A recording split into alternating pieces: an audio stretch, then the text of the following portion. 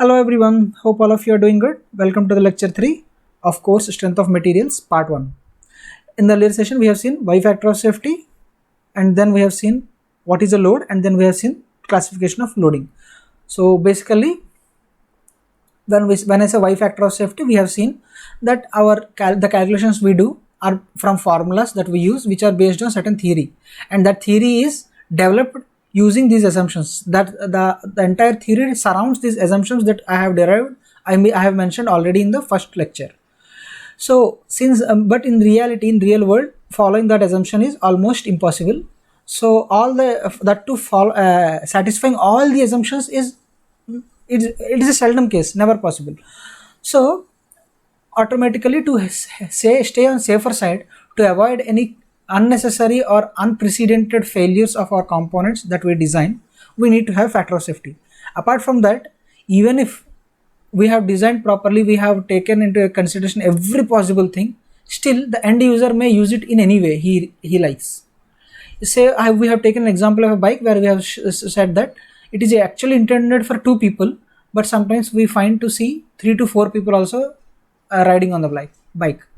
So to avoid catastrophes and avoid loss of lives, we will generally have a factor of safety. Say for bikes, while designing, though it is intended for two, we may consider third person is also there.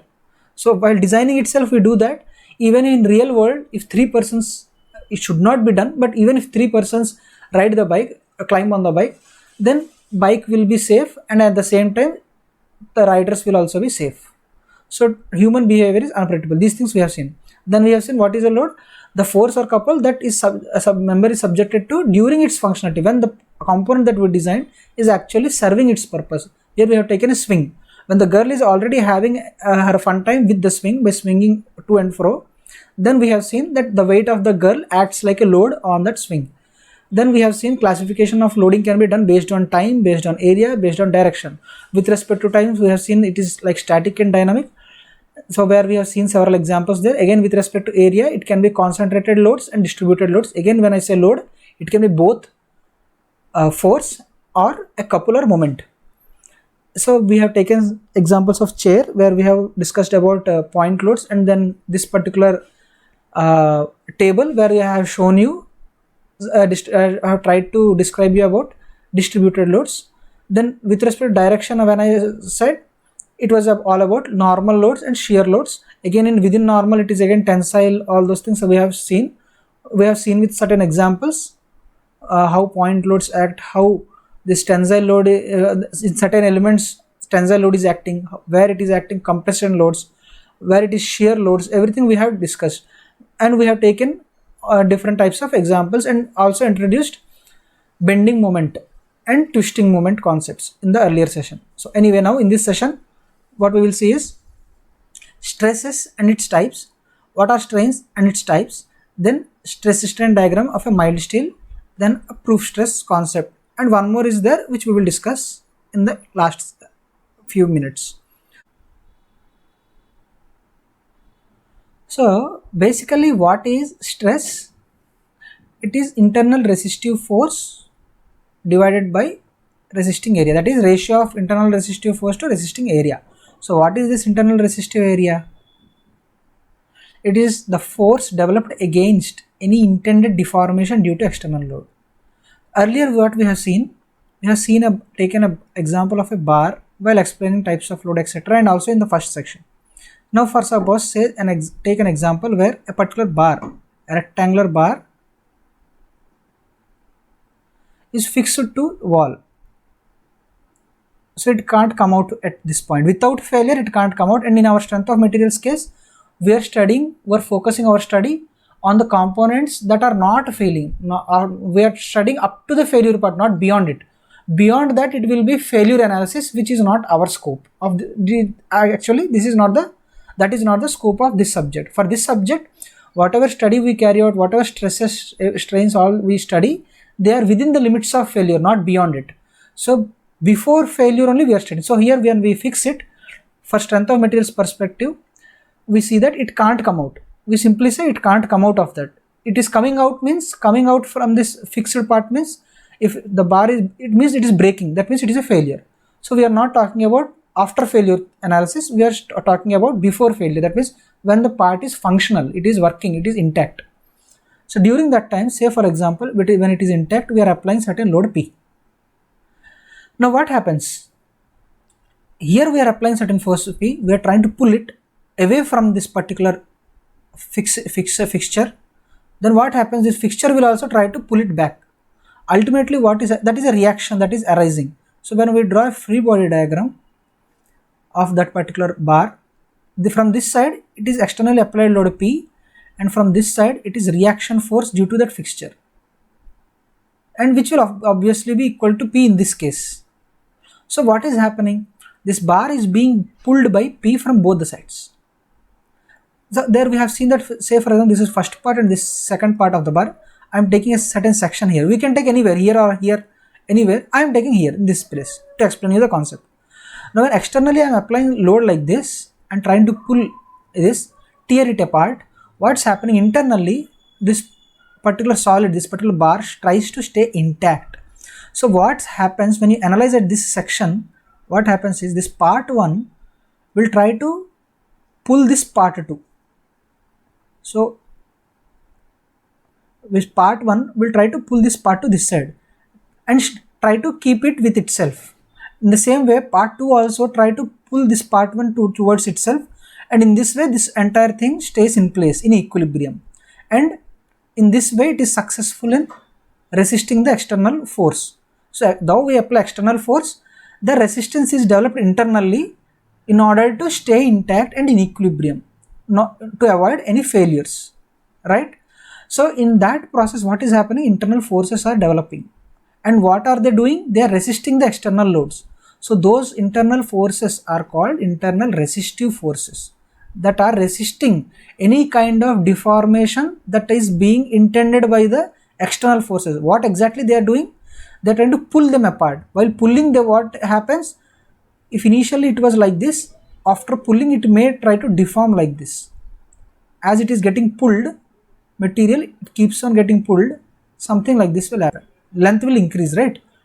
You have elastic band when you try to take elastic band in your hand and like this, some elastic band like this, and you pull it apart, what happens? It will become something like this, right?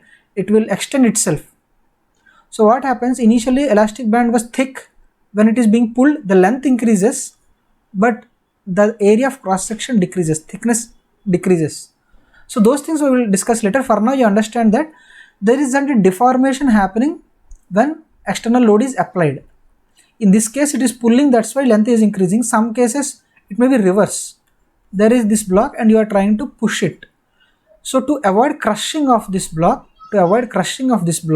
what happens? To stay intact, to avoid crushing or any that kind of deformation, what will happen? Internally at every slide, part 1 will try to push this 2 away.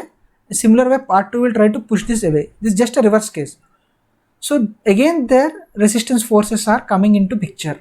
Those resistance forces that are opposing this external load, that is internal resistive force. In generally these are direct cases. Directly we are applying certain load. In response to that, directly there is certain stress that is arising. These are direct cases. So basically in these direct cases, whatever is the external load that is being applied, same will be the amount of internal resistive loads also. So here anyway, since you have already studied engineering mechanics, say this is the process. Internally, these are the internal forces, right?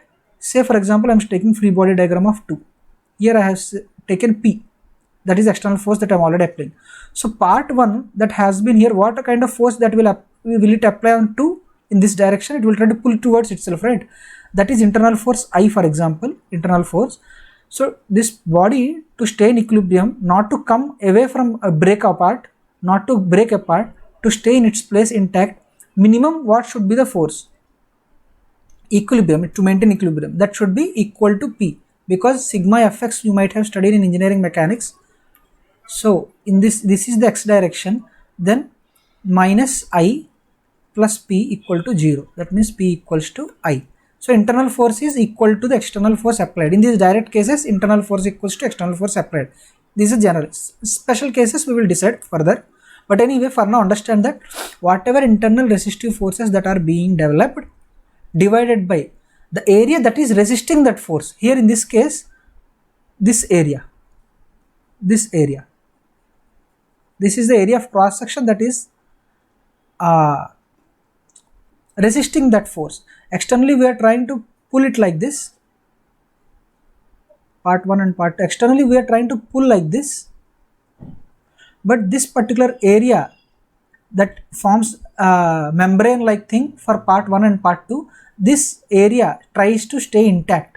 This is resisting this external load. This is the place where the internal forces are arising. When I am taking section here, this is the area. When I am taking section here, this will be the area. So depend where you are taking that section. So this is section, the terminology you might have studied in engineering drawing. So I am not explaining what is section. Anyhow, so that is the area of cross section in this case for tensile and compressives. For shear it is different. We will learn that things. Now for now understand that whichever case it is resisting area. The area that is resisting external force, that is called resisting area.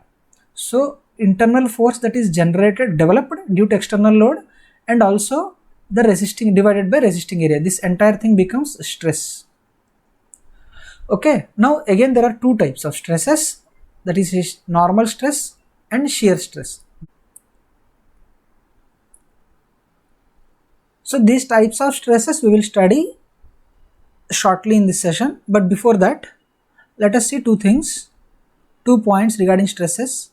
The first one is, if a member is free to move in any direction, it will never experience stress in that direction, right? Say for example, this is the x direction.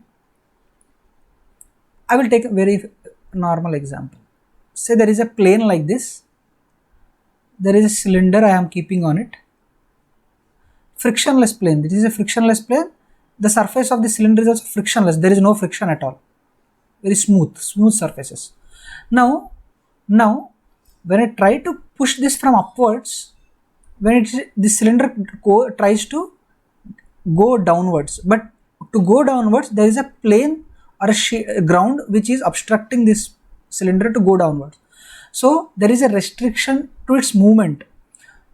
On top you are trying to apply certain force, but from bottom the normal force is arising due to this ground, which will be equal to the force that you apply. It is unable to move, it is restricted, its movement is restricted. So as you push it, it tries to get down, but ground is avoiding that movement. So what happens, internally some crushing forces will arise. So internally, to avoid this crushing from the down, the reaction force from the up externally applied load, to avoid that crushing due to those loads, internal compressive loads will arise. So they will avoid, they will try to push back these forces, this upper part and lower part. So internally compressive forces arise. So so internal forces arise regarding divided by area. When we do divided by resisting area, then automatically we get stresses. Now when, say for example, instead of applying force like this, you are applying force this direction. Say this is x direction, this is y direction, this is z direction.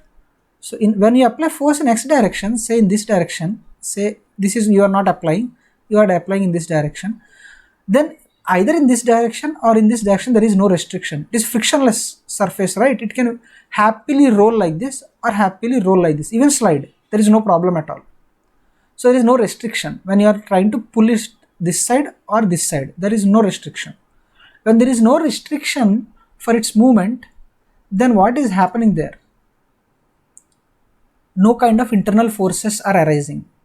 When there are no internal forces, as we have studied, stress equals to internal resistive forces divided by area. When this internal forces itself is 0, then automatically this entire thing becomes 0, that is stress is 0. So in that particular direction, stresses are 0. So what we have seen here, when a member is free to move any direction, in this case it is in x direction, it is free to move, hence there are no stresses in x direction. So sigma x will be 0. But in y direction, in vertical direction, when you see, if you try to push it downwards, the ground is obstructing its movement. So obviously internal forces will arise. That means sigma y, there will be stresses. It is not 0 in y direction.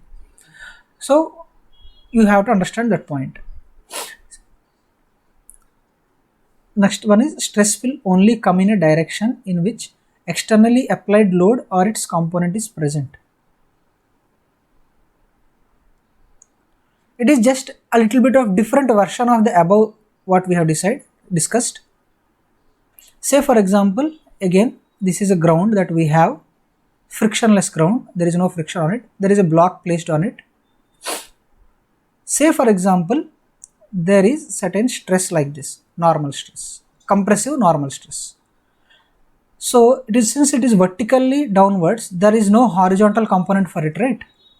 So what this statement says is, when there is no component of this applied force in the particular direction, in that direction stress will be 0. Stress will not be present there. So if it is y direction, it is x direction, then sigma y, it will not be 0. There is some stress. Why? Because it is not free to move in y direction. There is a ground in below. So this ground will not allow this block to go down when externally, vertically force is applied downwards. But in x direction, there is no component of this force P. So then sigma x will be 0. Stress will not be there in that direction. Say for suppose I am not allowing this to move in this direction as well. I am applying some obstruction here. Say a bigger block I am applying which is more weight and it cannot move. Also, instead of applying force like this, I am applying force like this, in this direction. What happens in that time? This is an equivalent force. We can resolve this force. If you have completed engineering mechanics, you will understand resolving the forces. You can resolve this force into one vertical component and horizontal component. When you try to resolve that in vertical and horizontal, what you are getting is something like this. There is certain vertical component, there is certain horizontal component, that is, it can be py, and it is px. Also from ground, when you are removing this, when you are taking free body diagram, there will be normal force from here due to ground, and there will be normal force from here due to this bigger object. We can say NO object, right? So when you say like that, so here there are forces in both x and y directions. Also in both x and y directions, there are restrictions for its movement. That means stresses in both directions are not equal to 0. So this is the intention of this sentence, right? Now as I have discussed what is a stress and 2 points regarding that, now let us see types of stresses. Basically, when I say types of stresses, there are 2 types. One is normal and another is shear. As earlier we have studied, there are 2 types of stresses, 2 types of forces we have already studied, 2 types of loads, 2 types of loads based on direction, with respect to direction. We have already studied this in the earlier session, with respect to direction. There we have seen that one is a normal load, other is a shear load. Based on the, if it is a normal load, the stresses that arise due to, generally that normal loading is normal stresses and the other one is shear stresses due to shear load. Anyway, if shear, that load itself entirely may not be shear, but something like this that we have just studied. Here this actually, this is not, this force that we are applying is neither in x direction nor in y direction, but when resolve this into components, then we have some py and px. Both are normal loads. One is both are compressive again in this case, this particular case. So both are compressive and both are normal. So you depend. So first, before deciding upon nature of the stresses, you have to decide upon what kind of components the applied loads have. So in this, before coming to a conclusion, I have resolved this externally applied force into px and py. In the same way, here also you have to resolve the forces. Then only you will understand what kind of loads they are. Their components actually, specifically what kind of components they have. Depending on those component loads, it can be either normal stress or shear stress. So which area we are considering and which kind of force we are considering, it depends on both. Say again, there is a load like this, there is something block like this on the ground. We have placed a block on the ground. When we apply certain force, it is having both px and both py. If our area that we are considering for py is this, say for example this is a block, if area that we are considering a py is this, then it is a py becomes, this component of the p becomes normal load. If the area that we consider for px is this, then in that case px will become again a normal load, normal compressive. But instead of considering this area, again for px also, if we consider this area only, then px direction is parallel to the area of cross section direction, the area that is resisting. So in that case, the parallel, when I say that is, since it becomes a shear load, that case, when it becomes shear load case, the stress will become shear stress. Now again in within normal, there are again direct normal stress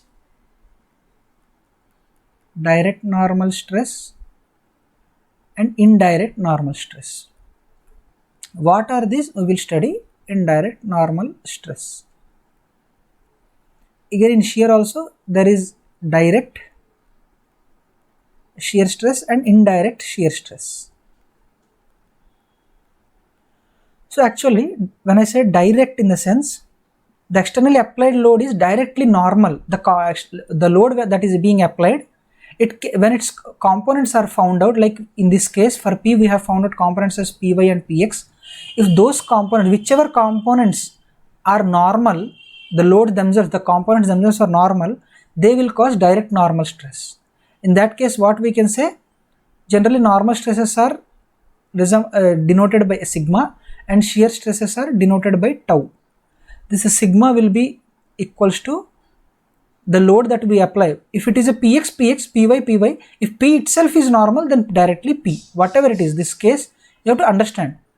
Simply it means that this p is normal to the cross section that we are under study, that is resisting.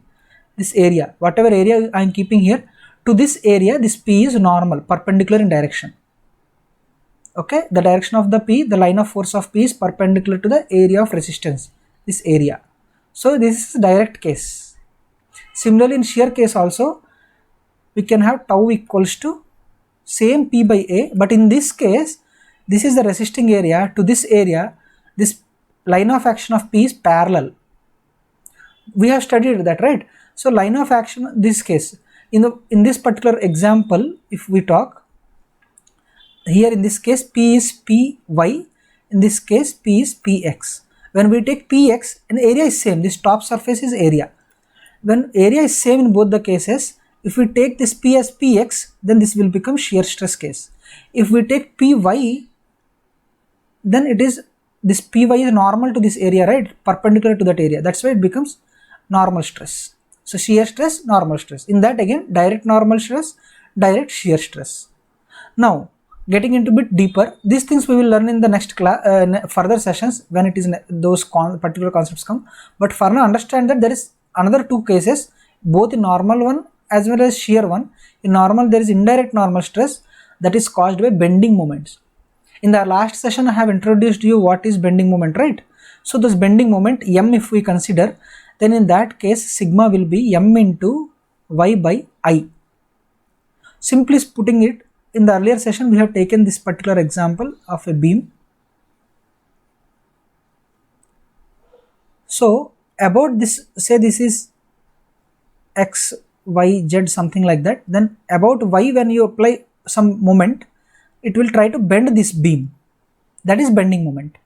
So if this is the area, for this area what is the area moment of inertia I, then stress, here stress, this generally what we will study those things in deeper, what is this y and all.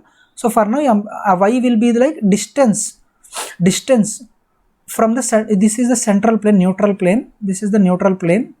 From that neutral plane, wherever our study is, at what point we are studying, from bottom or top, that height from the central plane is called y. Those don't get confused, these things in very detailed way, very better way we will study in the further classes. For now understand that when bending moment comes in, there normal stresses will be there in that material, and the formula is like this, where I is the moment of inertia, area moment of inertia. Next, this y is the distance of the point of study from the neutral plane or plane of study from the neutral plane, m is the bending moment. Those things we will study in detail, very detailed way. Same way, indirect shear stress will be due to torsion. Indirect shear stress will be due to torsion. Torsion, T is torsion that is being applied, external torsion. R is the radius at which we are studying, annular radius, and it will be IP, polar moment of inertia. Say there is a shaft and certain torque is applied T, then what happens? This is part 1, part 2. This part 2 will try to twist itself against this part 1.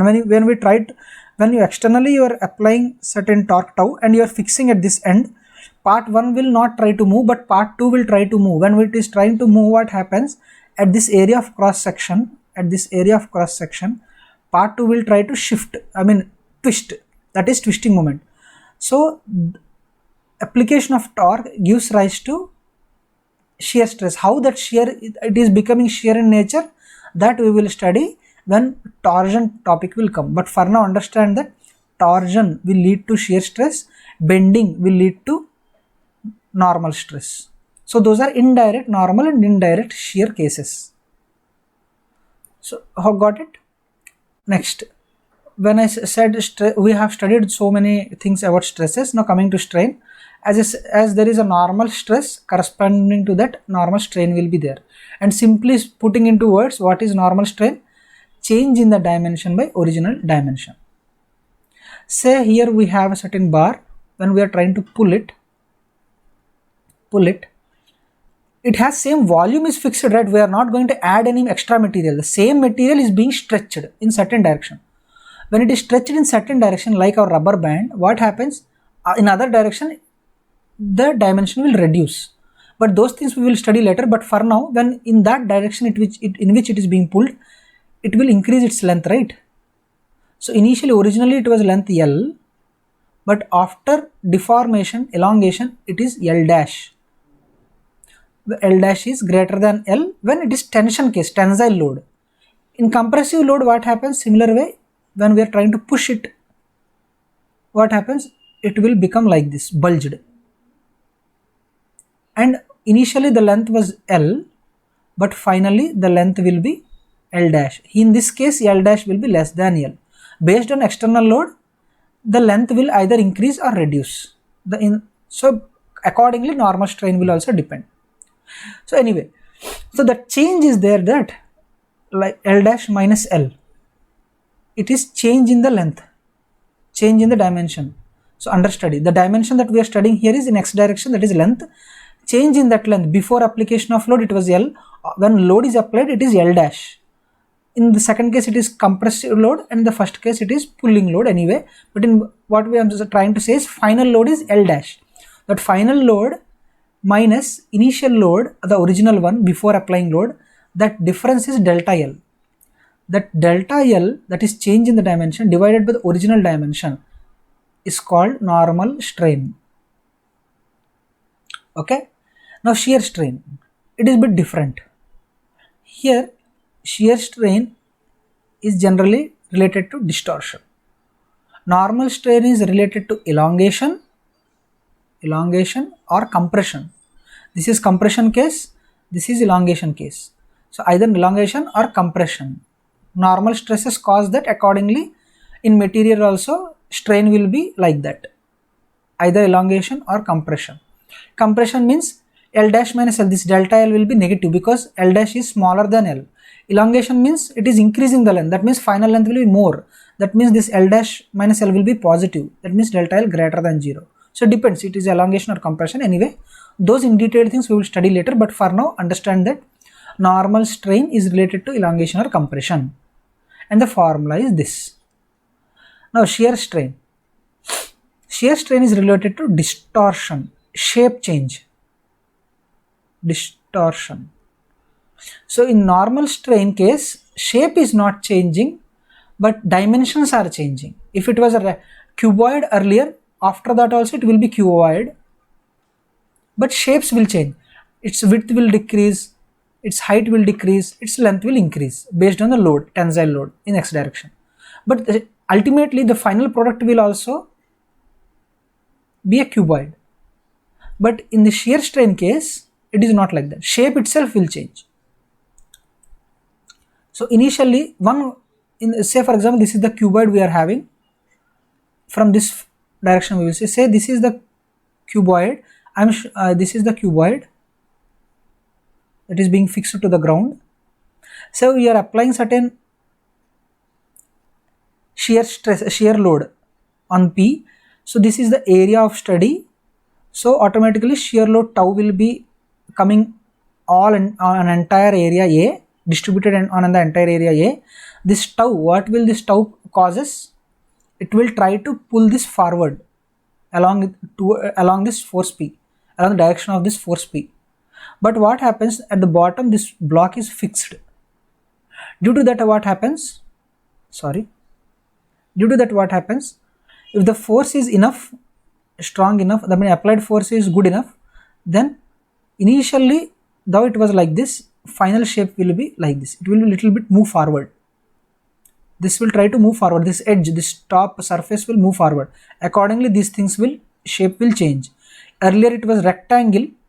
The new shape will be parallelogram. So it will be very less. Say for example, initially it was A, B, C and D. Final will be A, B dash, C dash and D. Now this angular change, initially it was perpendicular, right? Initially it was perpendicular. These two sides, this side and this side was perpendicular. Now what happened? That angle is changed. What is the change? This one, right? So initially it was like this. Sorry, it is not exact rectangle anyway. Initially it was like this. Finally it has become like this. Distorted. Rectangle has become parallelogram. Now initially it was 90 degrees. It has changed like this. So what is the change here? This one. This angle gamma. Or we can also call it as phi also, or either gamma or phi, no problem, and same. But gamma. This is the change that is happening. So this is very small actually. I am to show you that there is a change. I have drawn like this, but it will be very minimal, very small, infinitesimally small. Anyway, since this is gamma, since I have showed this is B, B dash and C, C dash and bottom A and D. Now how can you measure angle? If you have this height, you have B, B dash, radius, what will be the radius? What will be this? We already know that about certain center, if it is a radius, it is moving like this, then S will be equals to, what we have is R into this angle phi or gamma, whatever it is, R into phi, right?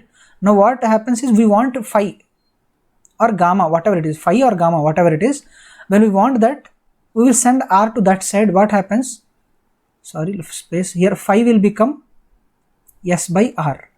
In this example, what is S? This is about this center A, about this center A, B is going towards B dash. So this B dash will be S. This AB will be radius. That is what I have mentioned here, B dash by AB. So that will be gamma or phi, whatever it is. Both are same. Shear strain can be denoted by both gamma or phi. So hope you are clear with what is shear strain and what is normal strain. Okay. So now coming to volumetric strain, similar to the normal and shear, here there is another kind, that is volumetric strain. Basically it is change in volume by original volume. You need not confuse. So when there is a certain element like cuboid, just now in earlier slide I have shown you that when there is a certain external force P in one direction, in certain direction, in that direction what happens, it tries to elongate. So shape remains same, cuboid, but in one direction when length is increasing, other dimensions will change, reduce. In this situation it will reduce. Why? Because we are not going to add any extra material, right? The material is same, the matter is same. The same matter, the same material is being distributed all across this entire geometry. From here to here, when you are pulling, geometry is changing. When geometry in one direction is changing, since material remains the same, we are not adding any extra material to it, the same material has to distribute itself accordingly. In one direction, when it is increasing, automatically it has to decrease in other directions. So shapes remain same, but dimensions change, geometry changes.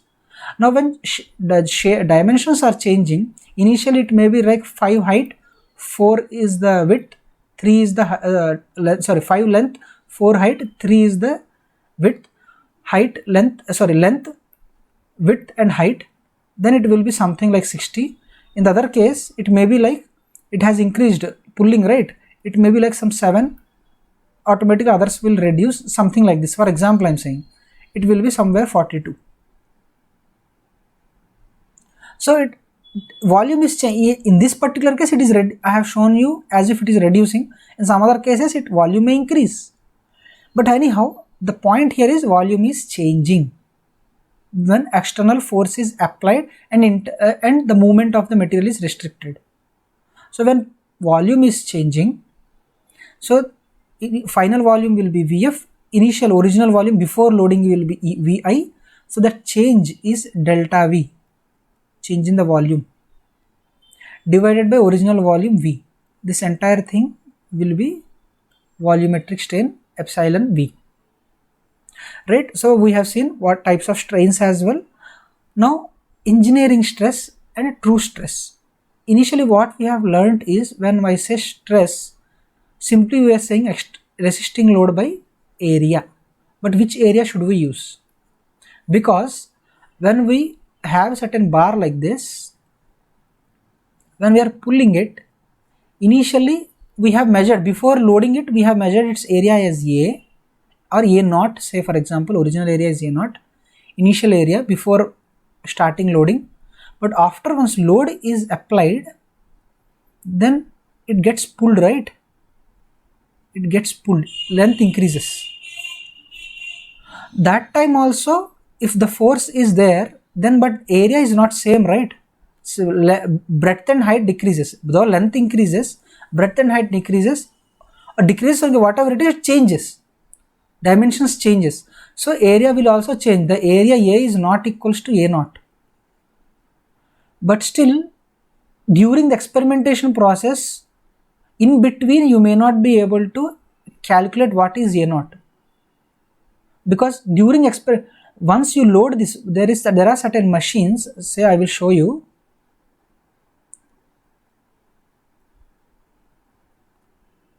I will show you here. There are certain machines like this on which you will conduct tests and all. When you are conducting tests or when you are directly applying it to your purpose, after once you load it, in between you can't keep on measuring what is the area of cross section. At every instant you can't measure. So what you will do, basically, initially before loading itself, you will measure what is the area, that is initial area, A naught, original area. Once you measure that, every time you use the same area for calculations. When you use the same, that initial area, that means original area for calculations, this one we call it as engineering stress. Or for our basic strength of materials course, we deal with engineering stresses. When we go in very micro level of study, instead of macroscopic level, this all thing is macroscopic. When we are going to consider defects, etc., when we are going to avoid assumptions that we have made earlier, all this, when we are going to study in a micro level, then we may have to try to calculate the areas, etc., at instant, that particular instant. Say here at a t equals to 0 seconds, it was like this before loading. At t equals to 5 seconds, it was something like that. When I am increasing the load, say for example, I have increased from P to P2, further I am increasing the load, I am adding the load, P3, that time area can be something, it is A1, it can be something A2 at time T2.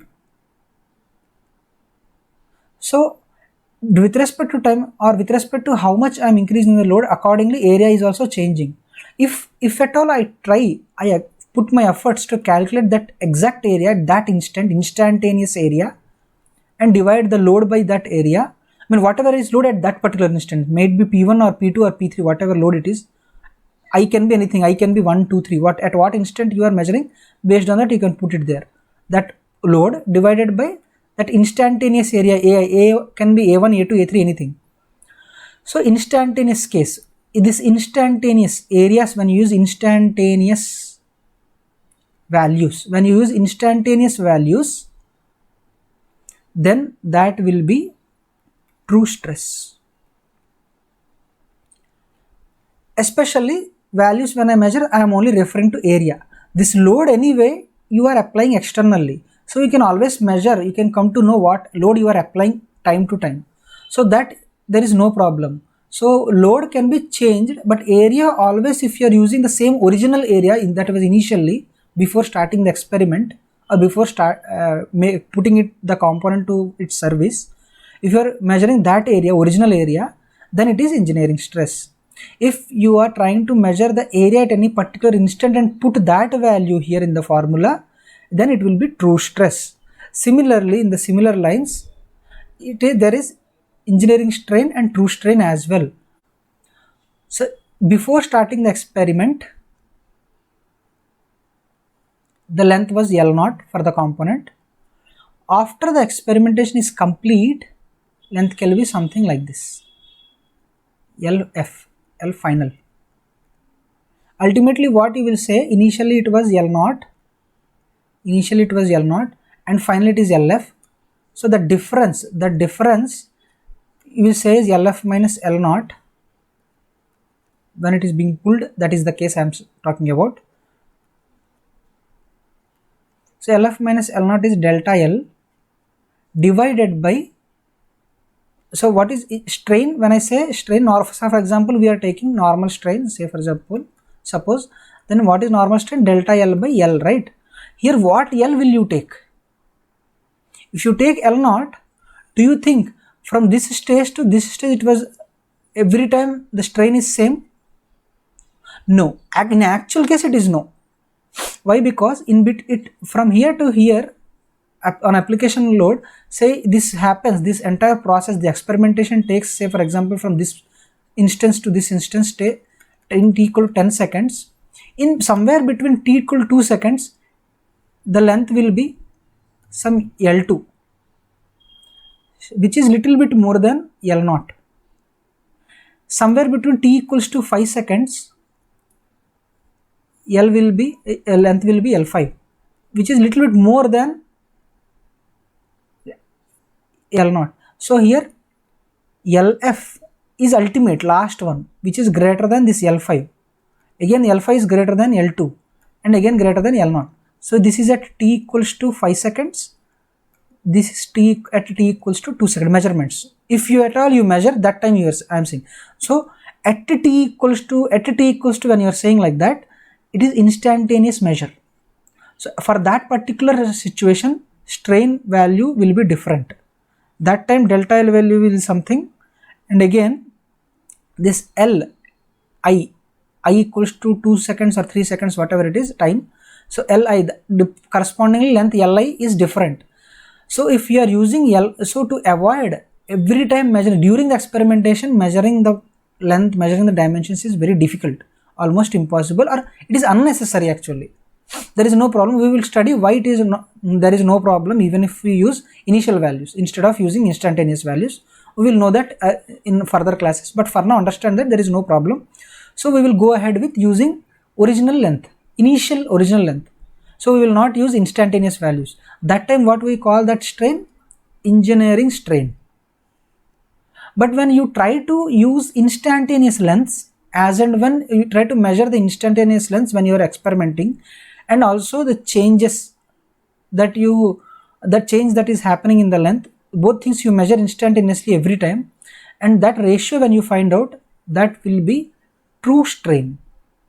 So engineering strain, true strain, right?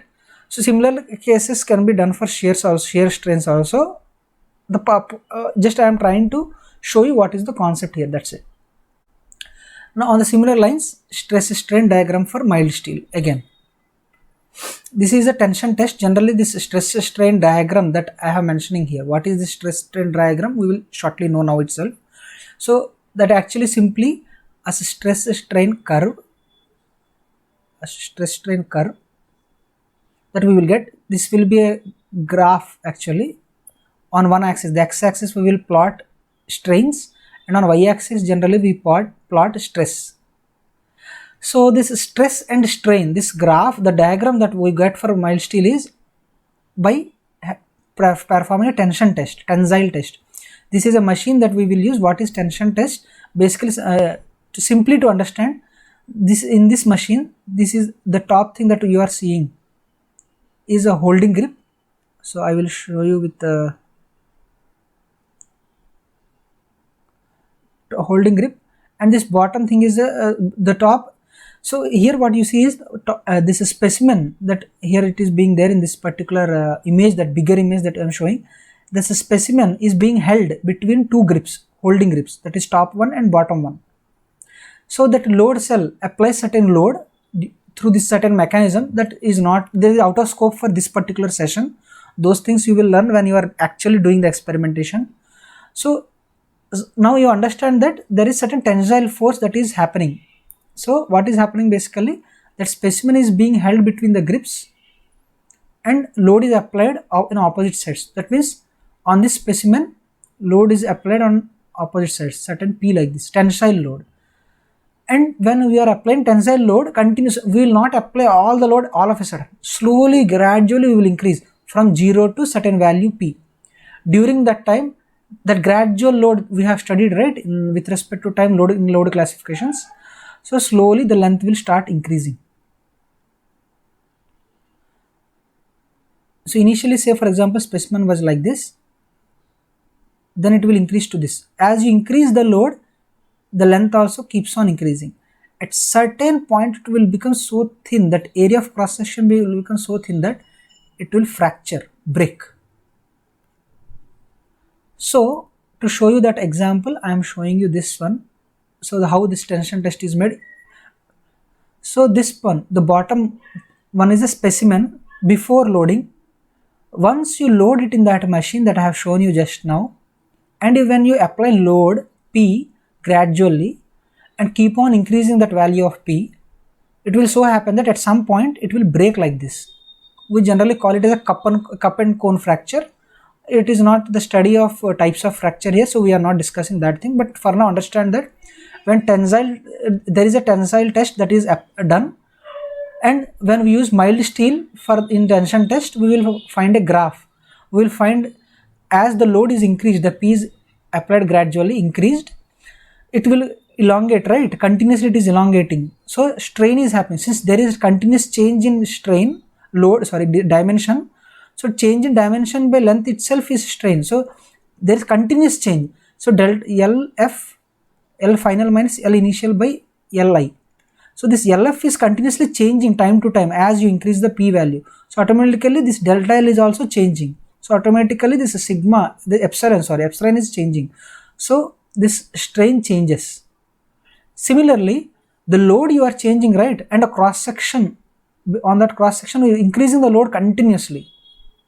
That load, if you are taking engineering strain, you will take only the initial area only, you will not take the final area or instantaneous area. Say for example, then P by A, when I say if I am fixing this area as initial one, then this P value I am increasing, right, slowly gradually I am increasing till it breaks, till the failure happens. So stress value also increases along this arrow. So when we plot at every instant, when we try to plot, there are machines that actually generate those graphs. So for mild steel, how it comes is something like this.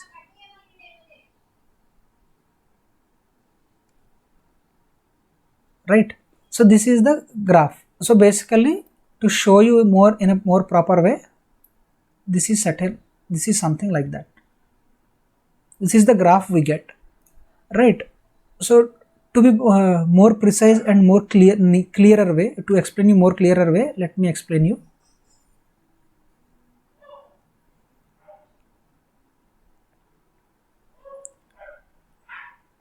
So stress is plotted on vertical axis, strain is plotted on horizontal axis.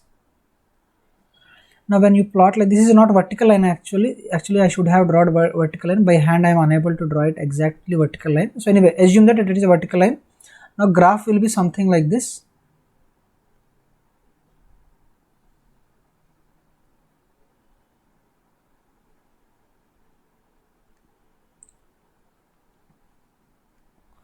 Now when you observe that, up to certain extent, for the initial part of the graph, it will be a straight line, something like y equals to mx plus c. Straight line means this is right.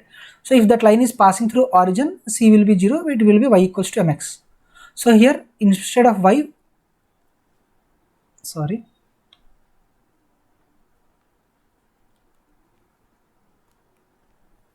so here instead of y we have sigma, instead of x we have epsilon. So sigma is linearly proportional to epsilon, that is strain. So it is linearly proportional up to this a. So that a is called proportionality limit.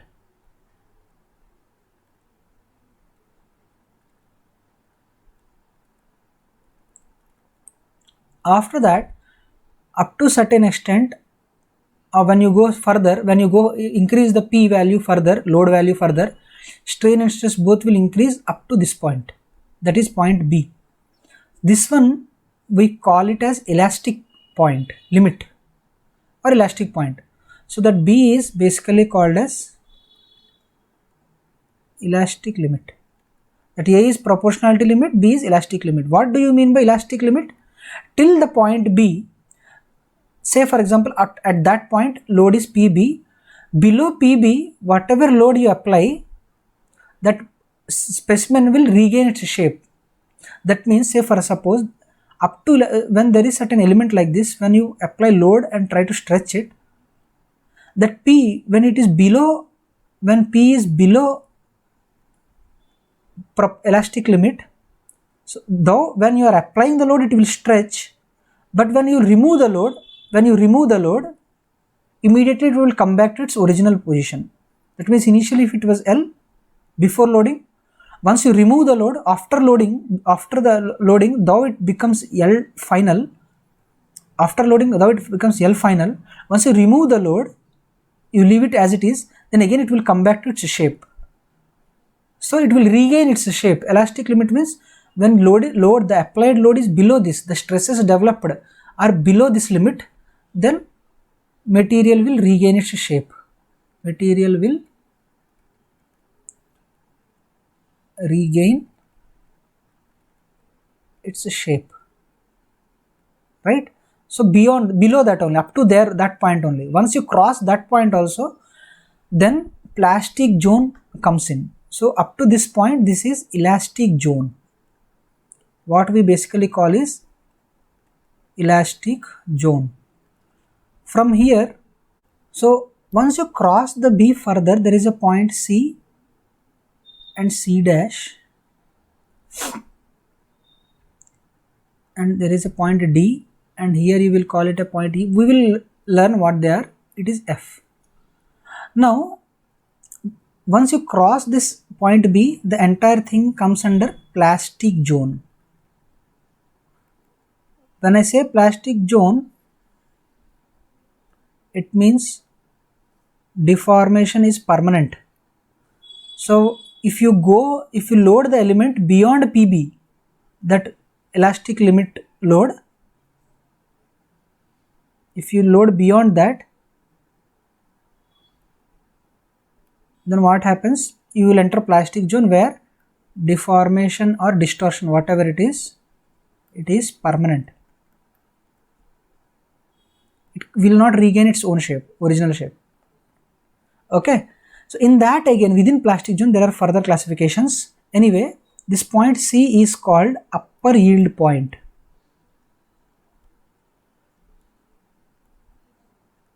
Which is basically treated as sigma y. This is basically treated as sigma p. Stress at proportionality limit, stress at yield point sigma y, or yield stress or yield strength basically we call. This is upper yield limit, this C dash is lower yield limit. That is the basic difference. So once you reach this upper yield limit, what happens is it initially enters the plastic zone. So microscopically when you see, elements start sliding, that layers of the material starts sliding on each other very smoothly and swiftly. Due to that, what happens, instead without needing to increase the load further, at the same load, that means at the same stress, you can say strain will increase like anything, very swiftly, very quickly. Strain is increasing but stress is not increasing, right? So this actually yield zone. So once the yield zone is crossed, what happens, molecules or molecular structure within the element restructures itself to certain extent, and it will try to create inertia for further yielding. So up to which point it will, so there again you need to increase the load a lot to increase any further strain. To create any little bit of strain, you have to increase the load a lot. So stress, ultimately the stress has to be increased a lot. So this part is called strain hardening.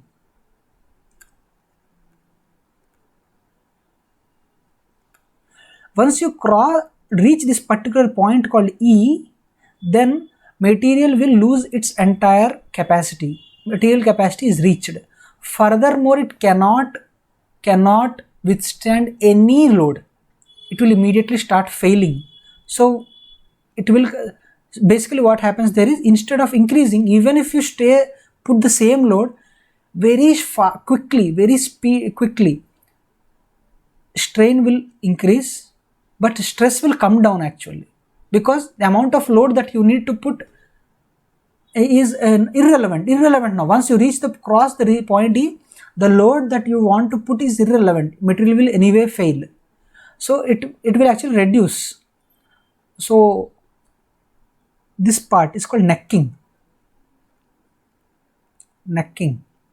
zone, or you can say strain smoothing.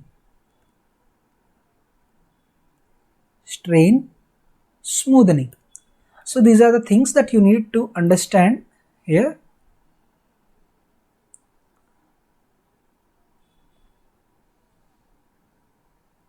So here, see, this is necking, this part it is strain hardening, that blue one, and this yellowish orange carrot color, this is yield part. So here the shape he has shown is little bit different, but the points are same, right? The points you have to remember.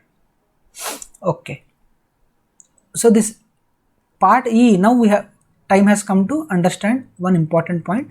This point E corresponds to sigma ultimate, that is ultimate strength of the material or ultimate stress. Okay, so you have to remember about sigma U, you have to remember about sigma Y, you have to remember about sigma P, and at elastic limit it will be sigma E, elastic limit. So these things you have to remember. Okay, so one more thing for mild steel, why people always discuss about mild steel is, all the points on the graph of sigma versus E can be clearly known. Here you are very easily able to understand where is linear proportionality limit, you are able to understand where is elastic limit, where is this yield point, upper yield point, where is the point that ends, where the point where strain hardening starts, the point where it fails, all the points are very clearly understandable. But this is not case with every material. Mild steel is such material, but few materials like aluminium, copper, these things cannot show such distinction. When you apply this, when you conduct tension tests for them, graphs will come something like this or something like this. So here when you see, there is no distinction between the points properly. Somewhere it goes on increasing, the stress will increase, strain will increase, at some point it will break. But there is no distinction of where is elastic limit, where is plastic limit, etc. Initially it will be linear, but after that it starts bending. But there is, so here you may say, for this is the point proportionality limit A, for this is the proportionality limit A. But after that B you cannot say where it is, directly it is E. So where is B, where is C, these things you can't say. So there is no proper distinction. So for that cases, what you do, This entire strain is there, right? For example, say this material, say this is for copper, for example, this is for copper. Now what happens? For that you have a graph like this.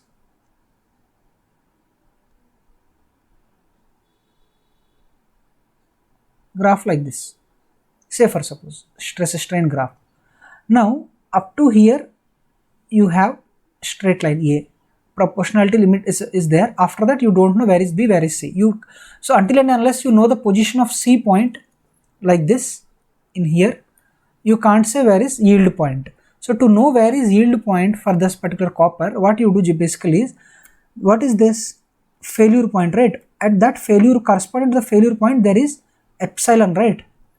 So this is epsilon strain that corresponds to failure. At failure time, what is the total strain that we have?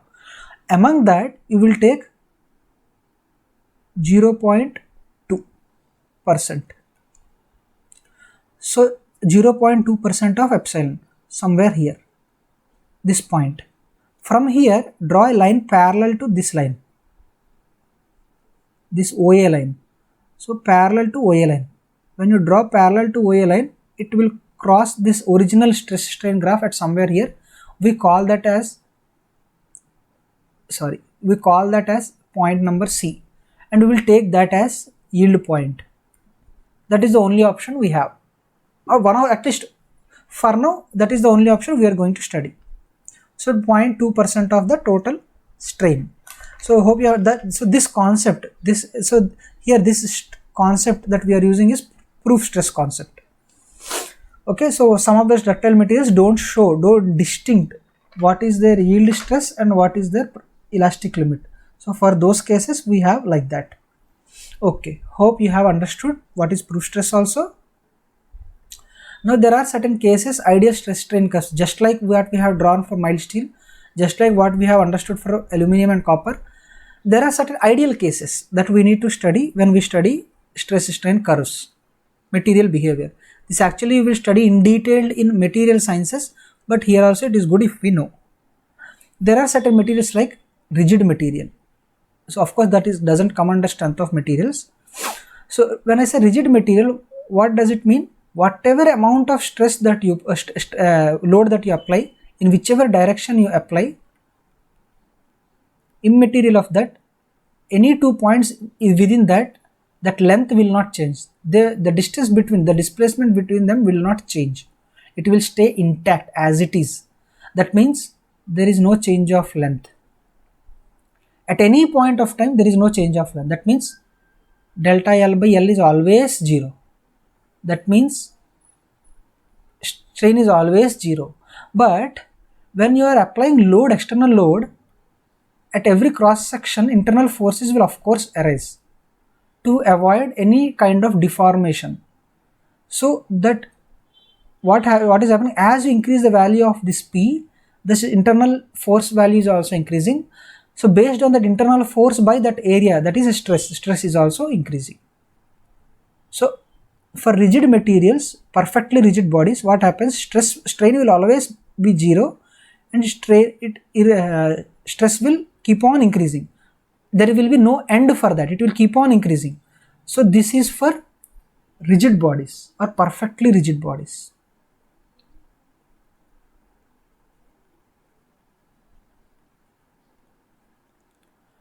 Similarly, there are certain rigid plastics, what we call as, or ideal plastics. Ideal plastics. What happens with them is, up to certain extent they will behave as if they are rigid, but after that they will something like a melting plastic. They will behave as if they are melting plastic. You need not apply any force, further force. It will itself keep on stretching, or it keep on distorting or elongation. So up to certain extent, you have to go like this. After that, if you increase load, stresses will, the material cannot take any further stress. What happens? It will very smoothly flow. It is something, fluidity will come in. That is plasticity, what I am calling. So this is ideal plastic or rigid plastic. Generally, okay, ideal plastic also you can call. same thing, you can connect those two. The next thing is, next special case is linear elastic. So it is a straight line all throughout till the end where it fails. It fails at this point, but till that it is entirely a straight line, there is no curve or anything. So that means sigma is directly proportional to epsilon throughout this case. That is linearly elastic. There is no curving, there is no strain hardening, there is no plasticity, etc. Up to this point, this end point itself is failure point, that end point itself is proportionality limit, that end point itself is yield point, everything is that point itself. So what happens, that means up to this point, wherever you are, whichever load you apply the material and remove, the material will regain its shape. So linearly elastic. Then what happens, there are few more cases. Up to certain point it will act as if it is rigid. After that it will be strain hardening, strain will start. After that strain will start. Up to certain level you have to increase the load. Till that point it will not have any strain, but after further if you increase, it will yield. But the yielding is not very great, it is very you have to increase the load as well. So yielding, in the sense, it is plasticity, it will deform, not yielding is not the right word there, it will start deforming. So this will be rigid strain hardening.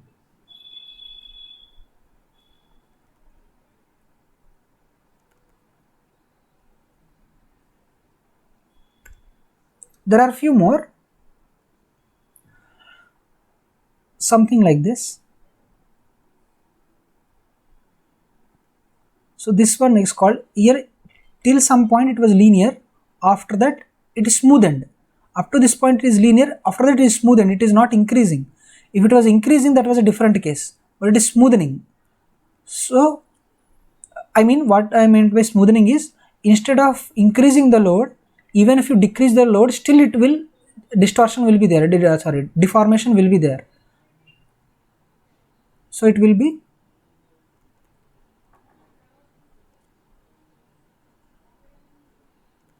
linear elastic strain smoothing or strain softening. Linear elastic strain softening. There is one more thing, that is something like this.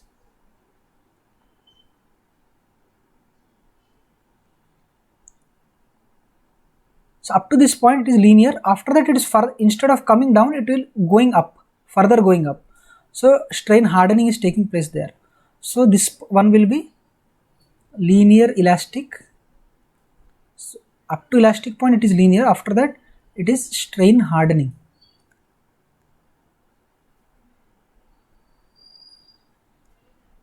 Okay, got it? So these are few ideal cases or ideal stress strain curves that I wanted to discuss. So hope you have understood. Till now what we have studied about is, initially we have started with our discussion with what is a stress. Then we have studied two important points, that in any given direction, if it is free to move, the member is free to move in that direction, it will not experience any kind of stresses. The other point that we have studied is, when we find the components of the given force, if in any direction we don't have any component of the externally applied load, in that direction stresses will be zero. There is stress. So what does that mean? That means if there is at least one component should be there in that particular direction. Say for example, in x direction, if you want to have any stress, then the externally applied load must have a component in x direction, otherwise there will not be stress in that direction. Externally applied load, if it has component in that particular direction, then only that in that particular direction stresses will arise. That chance of arising stresses is there, otherwise it is not there. So types of stresses we have studied, normal and shear. There are two types based on the types of component nature, load component nature. That if the component of that load that is normal in nature, it is rises to normal stress, otherwise it will give shear stress. In normal, again we have seen there are two things.